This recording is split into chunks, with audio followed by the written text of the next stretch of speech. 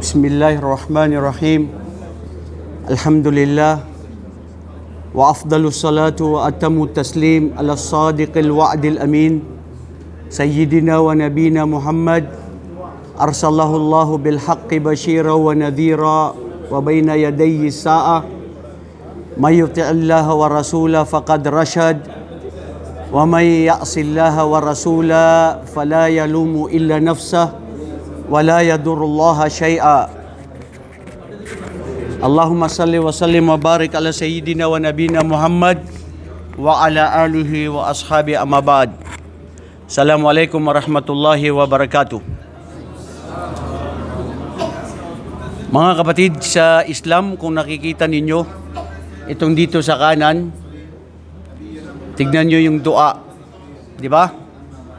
Ano sinasabi? Hajj is a historic opportunity granted by Allah to those whom He has favored with its performance. So raise your hands and supplication. Let your tears flow, for in it sins are forgiven and paradise is attained. While here in my left side, you can see the Mount of Uraina in Arafah. On the plain of Arafat, Allah glorified and exalted be He, descends to the lowest heaven and boasts about you. We, inshallah, together in Arafah, Allah will boast upon us, upon His angels, and He sends His mercy sent down. Sins are forgiven and souls are freed from the fire. Ibig sabihin mga kapatid sa Islam, tayo Sheikh? Kam? Al-Hadi? Bro, sino sa inyo yung mga tamadto? La, adun mufrad kullo. May tamadto sa inyo? Wala. Kiran, wala. Di ba lahat tayo mufrad? Kullo mufrad. Basta ulal Pakistan yun. Mga kapatid sa Islam, may katanungan. Kung ikaw tatawag sa isang tao na humihiling ka, pero iba ang napapagtanungan mo, hindi yung totoong tao na siyang nakakaalam sa mga kasagutan na gusto mong itanong, palagay mo, masasagot niya ang tanong mo? Ha? Sagot. Hindi. Bakit? Kasi hindi siya ang tao na karapat-dapat na magbigay ng katanungan o magbigay ng kasagutan sa katanungan mo. Hindi ba? At kung siya ay sumagot sa katanungan mo, maari ikaw ay maligaw o hindi mo matamo ang katanungan, linaw ng tanong mo dahil ang katanungan mo na pinagtanungan mo ay hindi siya karapat-dapat na siya ang magbigay nito. Isang halimbawa pag tumatawag ka. Lahat ng tao na may cellphone, may number. Tama? Sining walang number? Itaas ang kamay. Ha? Lahat meron. Pag isa lang sa numero na 10 na isa lang ang mali o dalawa, makukontak mo yung taong yun? Ha? Sino makukontak mo? Maling tao. Mga kapatid sa Islam, ang panalangin, ang dua na siyang ating tatalakayin ngayon sa mga sandaling ito, nararapat lamang ito sa tunay na tagapaglikha. Dapat lang natin inaalay sa Kanya ang dua. Pag humiling ka, bukod pa sa Kanya, sa mga pangangailangan mo, sa mga hiling mo, hindi mo matatamo.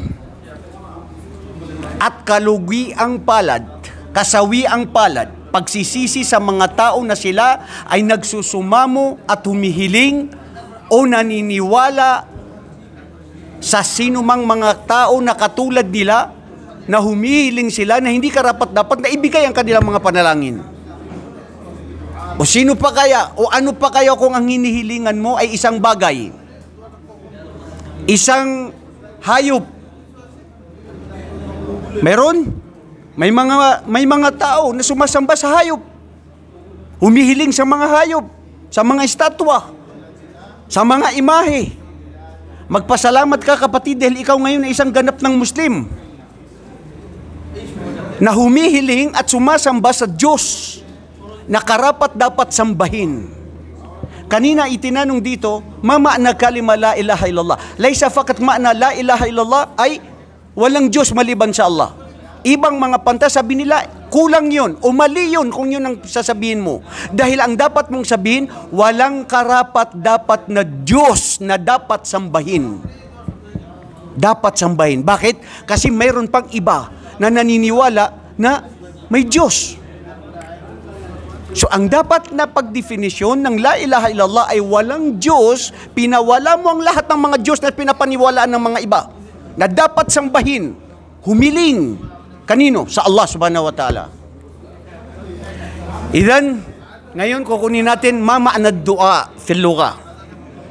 Dahil mga kapatid, ito ang importante, bukas magaganap ito sa Arafah. At ito lang ang dapat natin gawin sa Arafah. Yung mga dua, itong paghiling. Bukod sa pagdarasal natin doon ng duhur at saka asar, hindi tayo doon magdarasal ng Maghrib dahil ang Maghrib at saka Isya ay doon sa Muzdalifah. Ito yung sunnah ni Propeta sallallahu alaihi wasallam na ginawa niya. So bukod pa doon sa dasal o pagpapahinga doon, dahil walang pagpapahinga doon, dahil mga kapatid, minsan lang ito mangyari sa buhay mo. Napupunta sa Arafah, na kung saan ang ating tagapaglikha ay bumababa. At sinasabi niyan ay pinagmamalaki niya sa kanyang mga anghel na saksiyan ninyo ang aking mga alipin na sila'y pinatawad ko sa kanilang mga kasalanan. Anong hiling natin, anong dua natin, doon natin igugulang oras natin sa Arafah. Mama na ad-du'a lugatan. Ad-du'a ma'nahu at-talab, ay talabu shay. Ibig sabihin ng dua ay ang paghiling, pagsusumamo, paghingi. Gusto mo, nagre-request ka, hindi ba? Yun ang paghiling, yun ang dua. Mama na dua istilahan, pagpapaliwanag ng bang pantas, ano ang definasyon ng paghiling, paghingi? Sabi nila, ad-du'a'u huwa at-tawajjuhu lila abdi ila rabbihi azza wa jal ma yahtajuhu min isla'ihi aw salayahtihi fi dunya fi dinihi wa dunyahu. Sa isang pagpapaliwanag ay at-tawajjuhu al-abdu li rabbihi azza wa jal min kullu khair yad'ulah wa daf'u syarr. Tignan niyo ang paliwanag nila. Ang dua o ang paghiling ay ito daw yung paghiling mo, paghingi mo, pag-request mo. Saan? Ng isang alipin, sa katulad niyang alipin? Hindi. Dahil ang katulad mong alipin, minsan binibigay, minsan hindi. At hindi binibigay ng kompleto. At may kondisyon.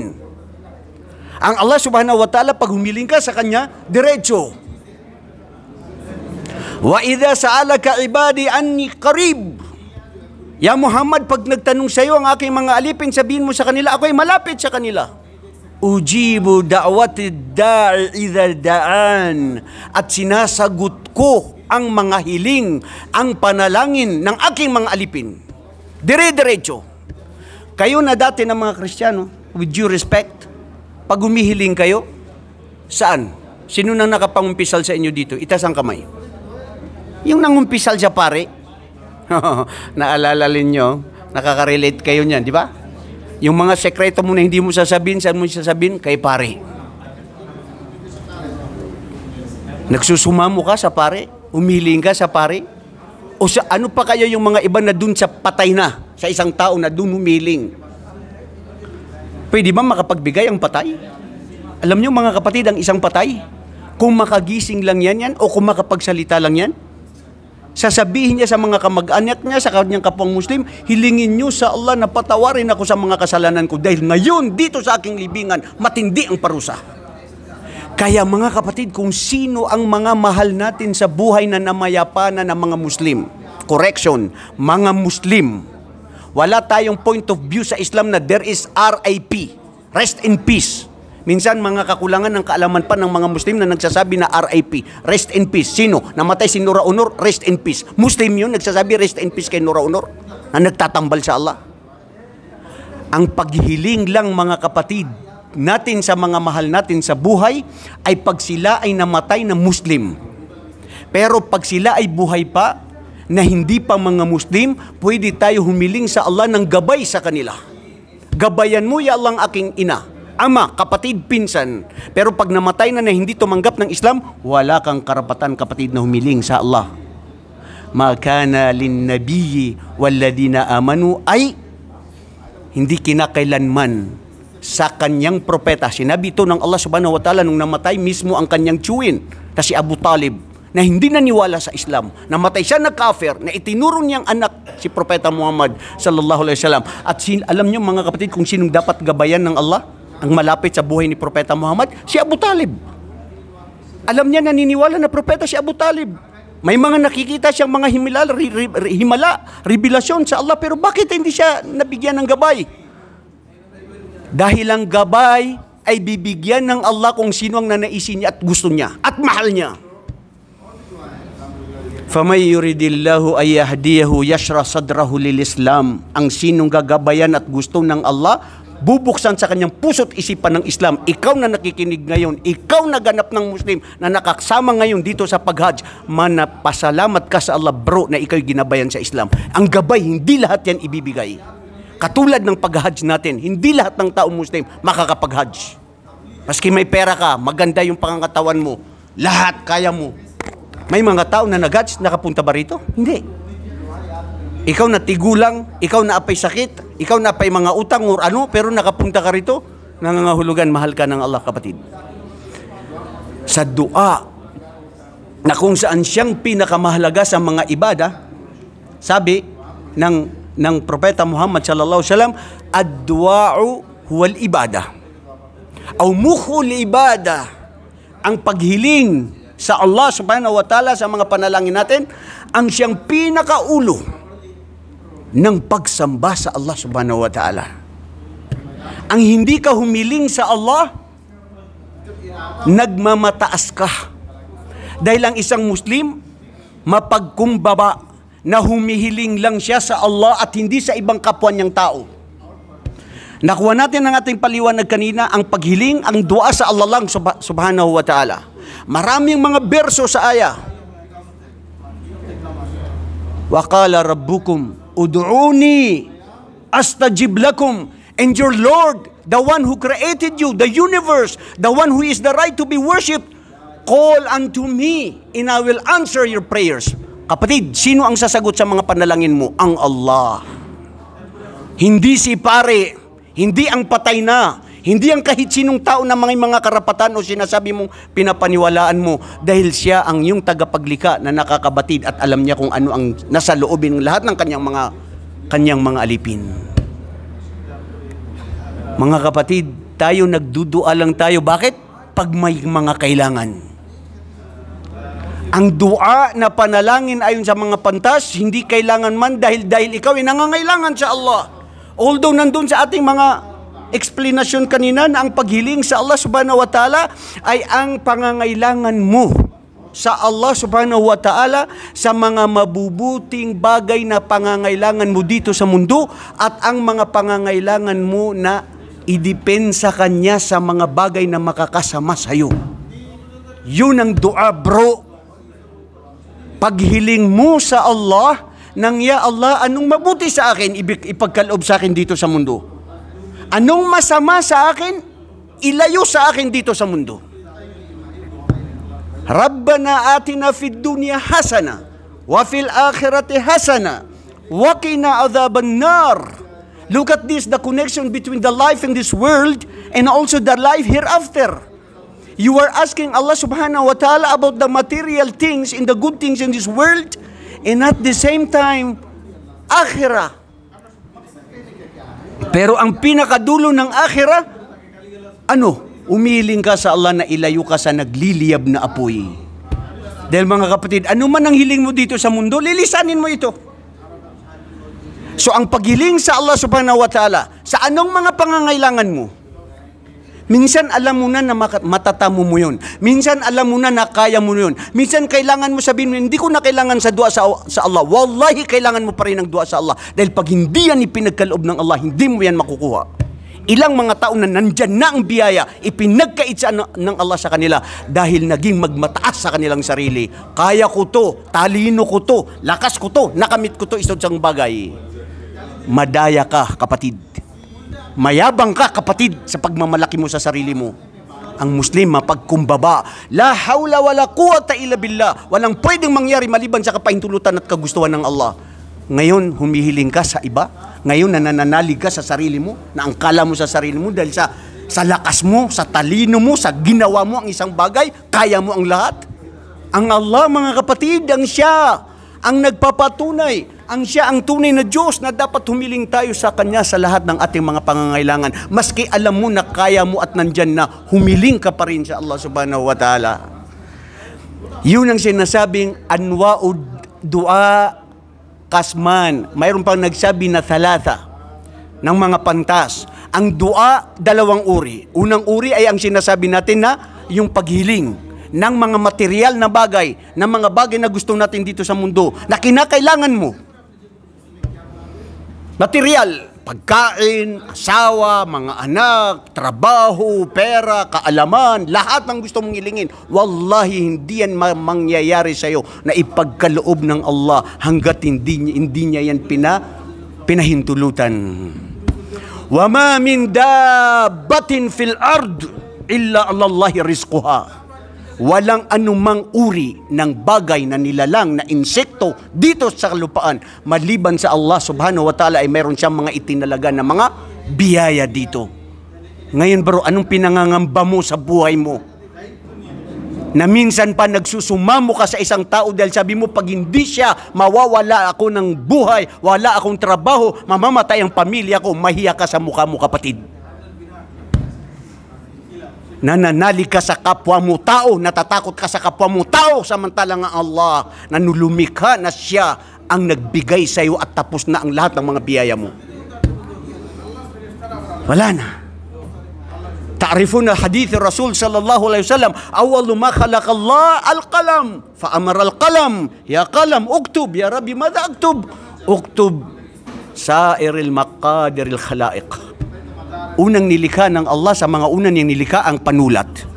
Nung isulat, sabi ng panulat, aking Panginoon, ano aking isusulat? Sabi ng Allah, isulat mo mula ngayon hanggang bago magunaw ang mundo. Sa isang riwaya ng hadith, isulat mo ang lahat ng kaganapan, ang mangyayari, ang mga tadhana, ang anong ipagkakaloob ko at lilikahin ko sa bawat nalilikahin ko na tao o anghel o engkanto dito sa mundong ito. Ya Allah, panatag ako. Tapos na pala ang aking risk. Oo, pero hanapin mo bro. Di ka matulog diha sa imong kinabuhi. Diyan ka lang sa bahay mo na umaasa ka sa mahulog sa iyong kuan, santol.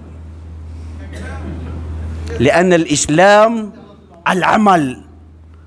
Ang Islam ay gawa. Maniwala sa Allah, pag-uutos ng Allah magdasal, magdasal. Pagbigay ng zakah, magbigay ng zakah. Ang Hajj, bakit natin pahirapan natin ang sarili natin sa pag-Hajj? Gawa. Hahanapin mo. Ang biyaya ng Allah subhanahu wa ta'ala na ipinagkaloob sa iyo. Ngayon, dito sa dua, pangalawang uri ng dua ay ang sinasabing ad-du'a uthana. Thana? Ad-dhikr. Ang dua na panalangin na papuri at luwalhati sa Allah subhanahu wa ta'ala. Subhanallah, papuri luwalhati sa iyo, ya Allah. Dahil ikaw ay pinupuri at niluluwalhati ng lahat ng mga nilikha mo. Mga kapatid, isipin mo, ang iyong tagapaglikha, ang Allah subhanahu wa ta'ala, na Siya ang lumikha ng lahat, pinupuri at niluluwalhati yan ng lahat ng kanyang mga nilikha. Tusabbihu lahu samawatu sab'u wal ardu wa man fihin. Wa in min shay'in illa yusabbihu bihamdi walakin la tafqahuna tasbihahum. Ya Allah, alhamdulillah, napabilang ako sa mga taong pumupuri, lumuluwalhati at sumasamba sa iyo at naniniwala sa iyo. Panatilihin ako sa reliyong ito. Anong ibig sabihin ng talata na binasa natin? Pumupuri, lumuluwalhati, sumasamba sa Kanya ang inyong Panginoong Allah, ang lahat ng mga nandito sa kalangitan at sa pagitan ng kalangitan at kalupaan. Anumang bagay, bro, sabihin mo, lahat yan pumupuri sa Allah. Wa in min shay'in, walang anumang mga bagay na nandito sa kalupaan, maliban sa lahat ito ay pumupuri at lumuluwalhati sa Allah. Hindi ka magpasalamat, bro, nasa tamang relihiyon ka? Nung hindi ka nagabayan sa Islam, saan ka pumupuri, saan ka lumuluwalhati, saan ka humingi? Ambot sa imong kinabuhi. Kung sinong hinihilingan mo at pinagsusumamuan mo sa mga hiling mo, na samantalang hindi yan pwedeng mangyari malabyan sa ipakapahintulutan ng Allah subhanahu wa ta'ala. So, pangalawang uri ng dua, mga kapatid, at-thana, papuri, luwalhati. Bakit? Dahil siya ang Allah na patuloy na niluwalhati at sinasamba. Lalo na kayo mga kabaguan ng mga Muslim, sasabihin sa inyo sa pagdating sa Pilipinas, nag-Muslim di ay ka anak ko. Nga naman ka nag-Muslim? Kinsa imong Ginoo? Sabi mo si Allah inay. Kinsa ng Allah? Oh, anong sasabihin mo? Ang Allah, siya po ang tunay na Diyos na dapat sambahin, na tagapaglikha, na nandoon sa kanyang kataas-taasan, lianna Allah wal ma'lu wal ma'bud, ang pinupuri at niluluwalhati, na patuloy na niluluwalhati at pinupuri ng lahat ng kanyang mga nilikha. Ngayon, may katanungan. Bakit pa natin kailangan purihin? Kung kailangan, hindi naman niya kailangan. Dahil sinabi natin, pinakamayaman siya. At bakit patuloy pa natin niluluwalhati at sinasamba ang Allah subhanahu wa ta'ala? Sagot. Sagot. Sigurado ka sa sagot mo. Halika bro, dito ka. Bakit natin kailangan purihin at luwalhatiin ng Allah subhanahu wa ta'ala? Para sa ating sarili. Para sa? Sa ating sarili. Oo, para sa ating sarili. Bakit napaka-kuripot mong sumagot? Para sa ating sarili. Dagdagan mo naman, bro. Ano yun? Dahil? Unang-una, para sa ating sarili, para tayo ay maligtas. Masya Allah. Yan lang. Takbir. Bro, itong sa'yo. Thank you. Pwede ka dyan gumawa ng palapa. Mga kapatid sa Islam, tignan nyo ha. Aina Allah.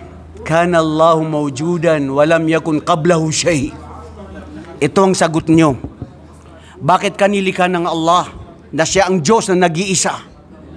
Indama su'ilan Nabiyyu sallallahu alaihi wasallam, aina Allah, aina kana Allah? Anong sinabi ni Propeta Muhammad sa mga ahlul Yaman? Nasaan ang Allah? Sabi niya, ang Allah ay nandyan na. Bago pa niya malikha ang arsh. Bago pa niya qabla an yakhluqal arshi was samawat wal ma wal qalam, kullu shay kana Allah mawjud, wala yahtaj shay. Walimadha anta ta'budullah? Lianna bihikmati. Dahil ikaw, ako, tayo nangangailangan, ang Allah hindi nangangailangan sa atin. Ikaw ang may kawalan kung iba ang Diyos na sasambahin mo. Wallahi mga kapatid, is'alu rabbakum an yuthabbitana fi hadad din. Allahumma amin. Ya Allah, panatilihin kami sa relihiyong ito. Ito ang tunay na yaman. Ito ang tunay na kaligtasan ng bawat isa sa atin dito. Dahil may alam ako, sana hindi tayo noon o hindi kayo, may mga nag-hajj na pagbalik sa Pilipinas, hindi na Muslim. Kasawi ang palad. Napakalaking pagsisisi sa kanilang buhay. Nandyan na ang Islam sa'yo. Nalaman mo na ang Islam sa'yo. Pero bakit ganyan ka pa rin, mga kapatid? Li'an al-qalb mada aish, yuqallib. Nagbabago ang puso. Nagbabago ba ang puso? Hindi. Nagbabago o hindi? Nagbago ba ang puso nyo? Hindi pa. Sino yung nagsabing hindi pa? Bro, hindi pa nagbago ang puso mo?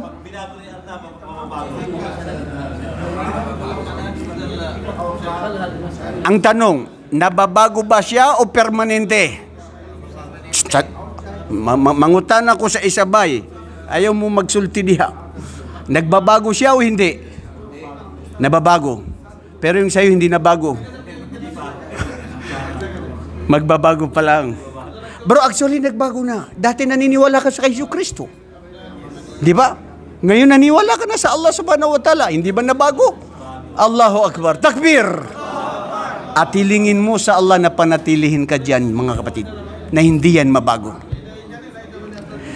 لأن القلوب بين إصبعي من أصابع الرحمن يقلب كيف يشاء ويثبت كيف يشاء فلما سمع النبي صلى الله عليه وسلم يا مصرف القلوب صرف قلوبنا على دينك وعلى طاعتك. Tingnan yan mga kapatid ng Islam. Sabi ni Propeta sallallahu alaihi wasallam, ang mga puso ng kanyang mga alipin, ang mga anak ni Adan, ay nasa kamay ng mga daliri ng Allah. Sino ang pananatilihin? Mananatili sa Islam. Sino ang babaguhin? Mababago. Kaya nang narinig at sinabi ni Propeta Muhammad, Ya Allah, panatilihin ang aking puso sa Islam at panatilihin na paggawa ng kabutihan. Hindi ang paggawa ng kabutihan sa oras ng Ramadan o sa Hajj. Pananampalataya sa Allah at paggawa ng kabutihan ba'dal Hajj. وما بعدها لأن الإسلام أينما تكون where you are in this world, you have to worship Allah subhanahu wa ta'ala. It's not only because you are in Makkah, not only in the month of Hajj, not only in the month of Ramadan. wa'bud rabbaka hatta ya'tiyakal yaqin. Sambahin nyo ang Allah hanggat dumating sa inyo ang inyong kamatayan.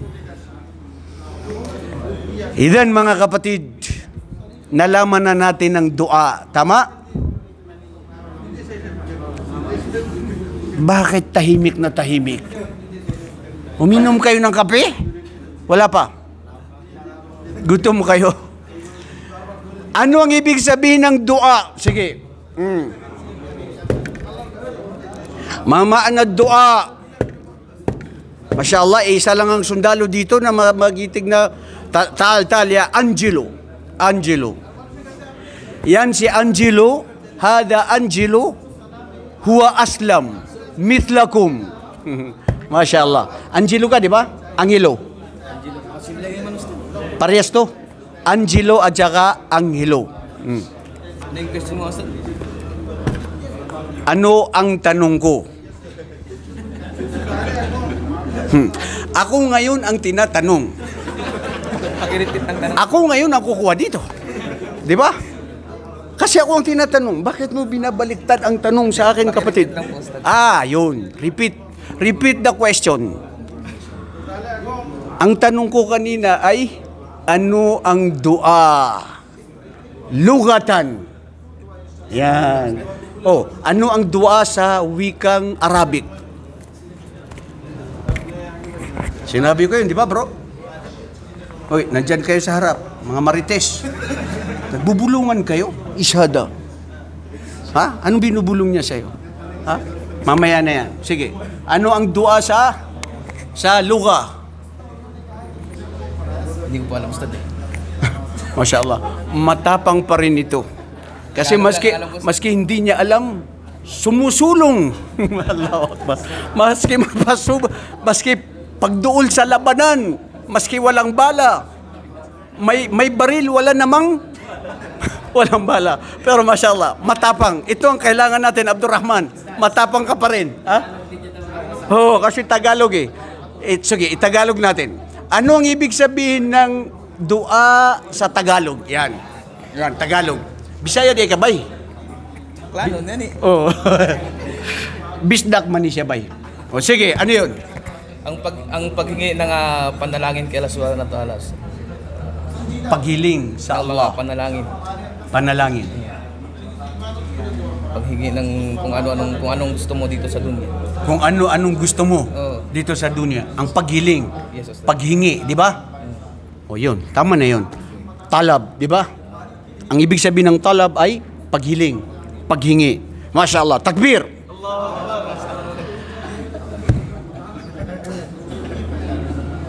Ikaw Marites, mamaya tatanungin kita dyan. Hindi ako nagbibiro, bro. Ha? Anong tawag doon? Tolits. Maritos yung iba, sanabi nila eh. Oo nga, pang babae yung mga marites. Ngayon nga, ginagawa nilang, bro, mayroon ng, ano ba tawag doon? Yung babae lalaki ginagamit na, ano tawag doon? Marites, Hindi, ano yung sinasabi na pag unisex na ngayon? Ayun, unisex na. Okay bro. Sa dua na panalangin, batid nyo ba na si Allah o ang ating tagapaglikha ay hindi siya nagagalak, hindi niya gusto o nagagalit siya sa isang alipin na humihiling sa kanyang kapwa-tao? Allahu Akbar. Minsan yata naranasan kong humiling ako sa aking kapwa-tao, sa aking mudir. Bro, totoo yan. Minsan sabi ko, sir, baka naman sir sabi nyo sa HR na dugay naman ko diri. Naka 10 years na ako sa kumpanya, baka pwede naman ma-promote, di ba? Promotion. Narealize ko sa sarili ko, bakit ako humiling sa kapwa ko tao? Diretso ka sa Allah, bro. Wallahi, minsan maski hindi ka humiling sa tao, pag humiling ka diretso sa Allah, ano yung aya na sinabi natin kanina? Wa qala rabbukum ud'uni astajib lakum. Kaya sabi ng inyong Panginoon at naghayag, humiling kayo sa akin at ipagkakaloob ko sa inyo. Humiling ka, dumiretso sa Kanya. Wallahi mga kapatid, minsan maramdaman mo, yung hiling mo bigla na lang dumarating. Na walang tao na hinilingan mo. At kabaliktaran na may hiling ka ng hiling sa isang tao, lahat na ginawa mo paglilingkod, dahil ang pananampalataya mo at siya lang makapagbibigay nito sa'yo, hanggang namatay ka, natigulang na pa ka, hanggang nawala na ka dun sa kumpanya mo, wapani mo nakuha ang imong gihiling, bye. Hindi mo pa nakuha, di ba? Bakit? Li'annaka anta talabta li shakhsin mithluka miskin. Humiling ka sa kapwa mong katulad mo na miskin. Yaqulul Arab, mada yaqulul Arab? Anna Allah subhanahu wa ta'ala ud'u rabbaka aw utlub min Allah subhanahu wa ta'ala, sa Kanya na dumiretso ka sa Kanya. Ida sa'alta ibna Adam hajatan, Allahu yaghdab alaik. Wa idha tarakta su'ala, Allahu yaghdab. Humiling ka, dumiretso sa Allah. Dahil, yabna Adam, sabi sa anong dito, humiling kayo doon sa abwab, doon sa pintuan ng Allah na kailanman ito ay hindi magsasara. Sa Kanya ka lang humiling. At pag humiling ka sa kapwa-tao mo, ang Allah ay magagalit sa iyo. At pag hindi ka naman humiling, sabi mo, khaliwali, darating yan, maski hindi ako mag-imik, khaliwali kida, isyada, dua.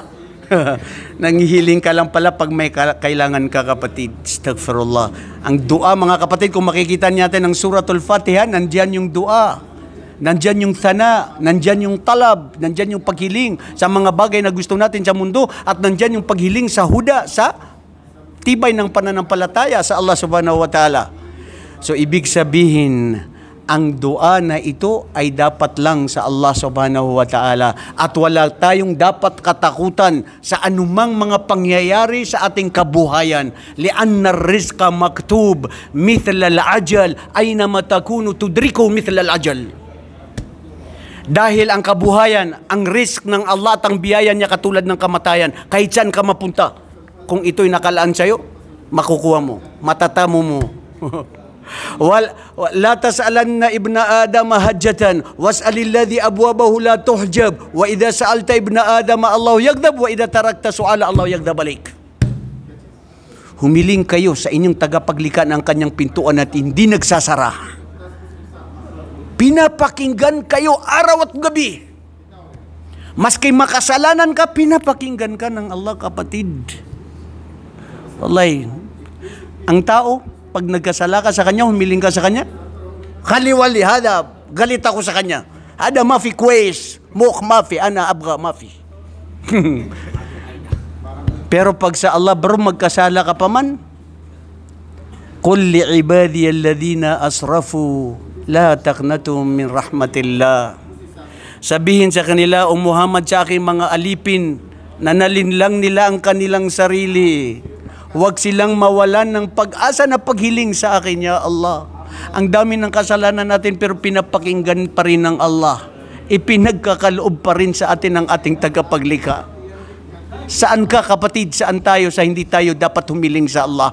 Lalo ng dua, ang mga panalangin na ito sa Yawmul Arafah, na kung saan pinapakinggan ng Allah subhanahu wa ta'ala ang ating mga dasal. Ang tao, minsan, naniniwala na sabi niya, basta dumating, darating. Maski wala akong ginagawa. Maski hindi ko hiniling, darating yan. Tama, mali. Ha? Tama, mali. Ha? Itaas ang kamay nagsabi, tama. Maski hindi ka humiling, dumarating. Tama, mali. Tama, itaas ang kamay. 4, 5, 6. Itaas ang kamay na nagsasabing hindi, mali. Dapat humiling ka at may gawa, may kilos. Itaas.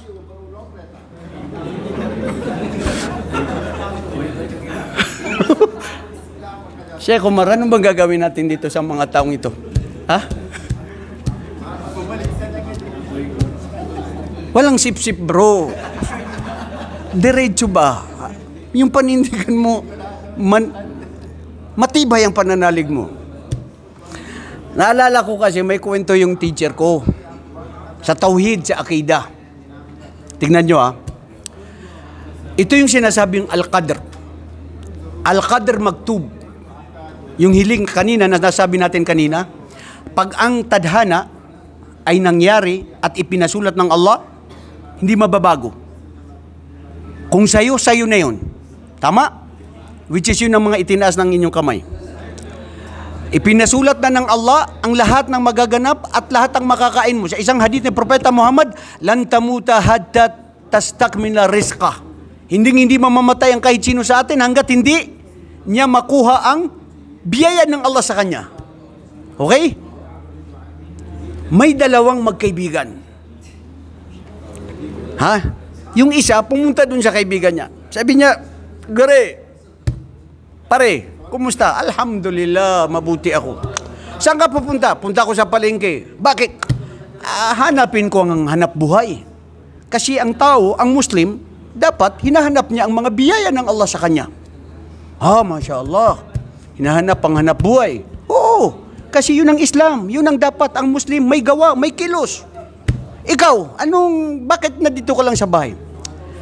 Inshallah, kapatid, ako, maski hindi ako humiling sa Allah, pag dumating yan, darating yan. Ganun yung mga ibang maranaw.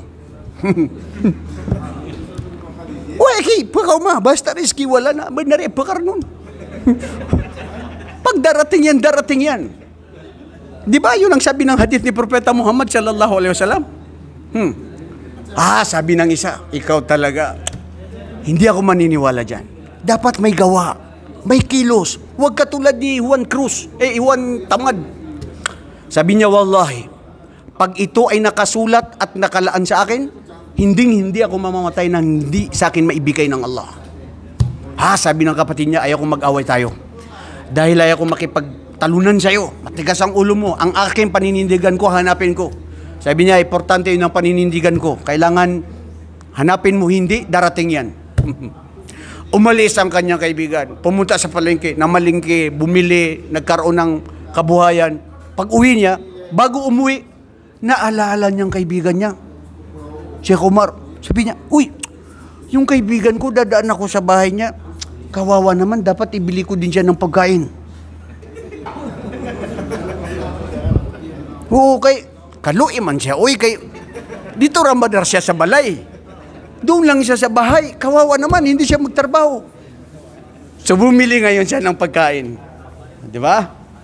Pagbili niya ng pagkain, Assalamualaikum, Waalaikumsalam. Oh, kapatid, nandiyan ka pala. Alhamdulillah. Bro, ito yung pagkain mo. Prutas. Galing ito sa Allah. Masya Allah, nakangiti ngayon yung kapatid niya. Sabi niya, bakit ang pagngiti mo parang may ibig sabihin? Sabi niya, hindi kasi naalala ko yung pinagtalunan natin. Anong pinagtalunan natin? Tamo? Ito bang bigay mo sa akin ay tinawag ko sa'yo? Nag-text ba ako sa'yo? O nagsabi ba ako sa'yo na ibili mo ako? Hindi. Ikaw nagsabi. Ano sabi mo? Galing sa Allah, di ba? Hindi ako mamamatay hanggat hindi ito maibigay sa akin ng Allah na nandito lang ako sa bahay. Mga kapatid, may katanungan dyan. Ang makakasagot, bibigyan natin ito. Sasagot na ang ating kapatid, mashallah. Halika. Sige.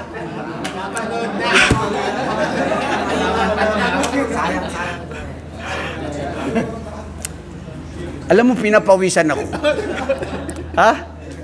Kasi nakakapagtaka. Wala pang tanong, nandito na siya. Bro, Sheikh Umar, may ganun. Malakas ang paninindigan. Allahu Akbar. Quwwatul iman. Okay, sagutin mo ng masinsinan at mabuti. Hindi mo to matatamo at hindi to mangyayari hanggat hindi ako na-satisfied sa sagot mo. Saan nang dapat ka doon sa dalawa? Doon sa una na maski hindi mo gawin, manalig ka lang sa Allah darating? O doon sa hahanapin mo na kailangan may kilos? Paliwanag ng mabuti. Ayaw ko ng kuripot na sagot. Doon po ako sa kailangan gumawa muna at kailangan may gawa muna para sa magkaroon po ng mga biyaya galing sa Allah Subhanahu wa Ta'ala. Yung pangalawa po kasi, nung natanggap niya yung biyaya, namatay po siya. Kasi sabi niya, hindi matatanggap yung hanggang di siya namamatay, yung biyaya. Di ba? Sandali. May bago tayong version ngayon. Masama po nangyari sa kanya. Nadagdagan eh. Wala akong sinabing namatay.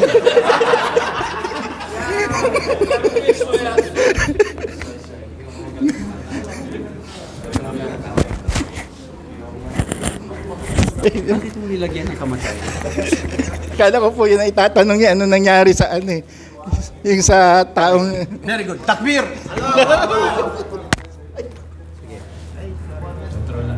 Mga kapatid, ipaliwanag natin. Malapit ng oras ng adhan ng Isya. Jazakallahu khairan. Takbir! Nanalo ka bro, nanalo ka. Tama yung sagot mo. Mga kapatid sa Islam, sabi ng Allah sa Quran, Innal ladhina amanu wa amilus salihat al-amal. Ano ang iman? Mamaan al-iman. Al-iman qawlun bil lisan wa i'tiqadun bil qalb wa amalun bil jawarih.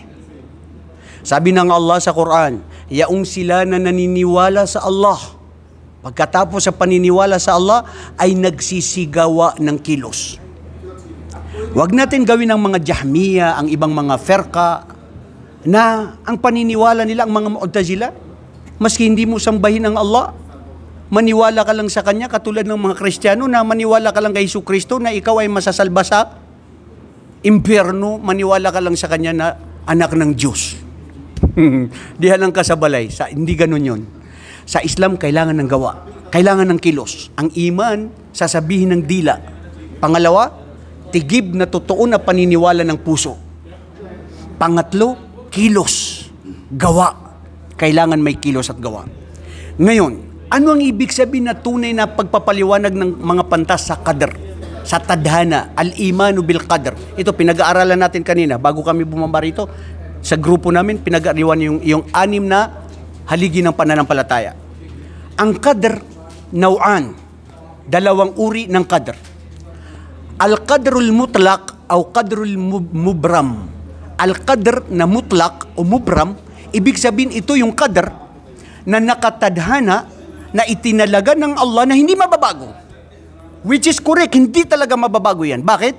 Dalil natin, sabi ng Allah, Inna kulla shay'in khalaqnahu biqadr.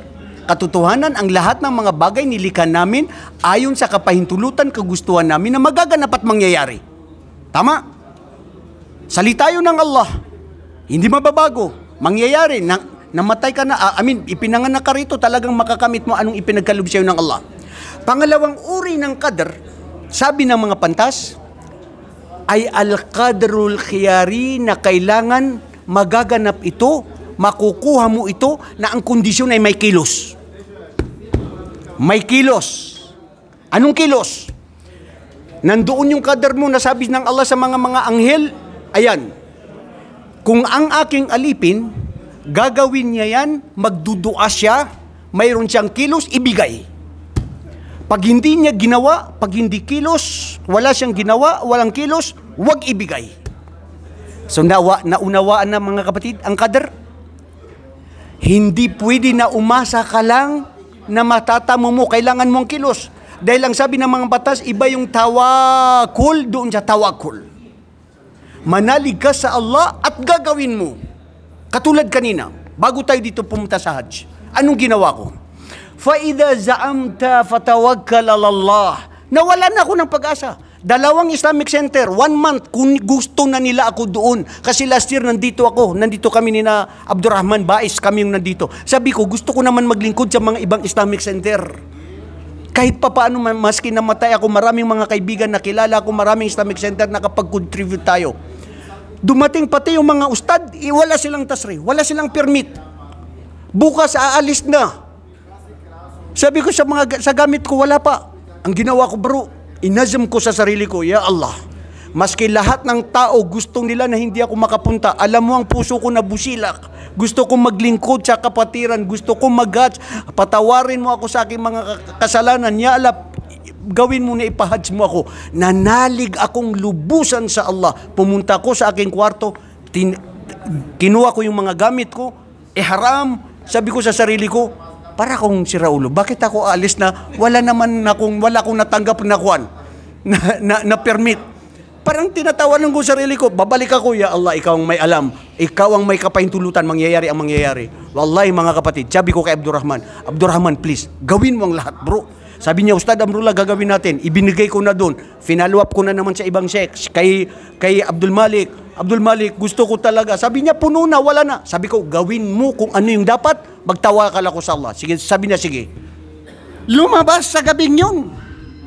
Ang tasri. Bakit? Ang nakasulat sa qadr ko, kailangan kilos, kailangan gawa, kailangan follow up. Ayaw kakatulad ni Juan Cruz na Juan tamad pala yun mga kapatid. Subhanakallahumma wa bihamdik, ashhadu an la ilaha illa ant, astaghfiruka wa atubu ilaik. Mga kapatid, paramihin natin ang ating dua, saan? Sa Arafah, bukas. Sana nagbigay sa atin ng aral itong mga aralin na ito tungkol sa dua. Assalamualaikum warahmatullahi wabarakatuh. Takbir!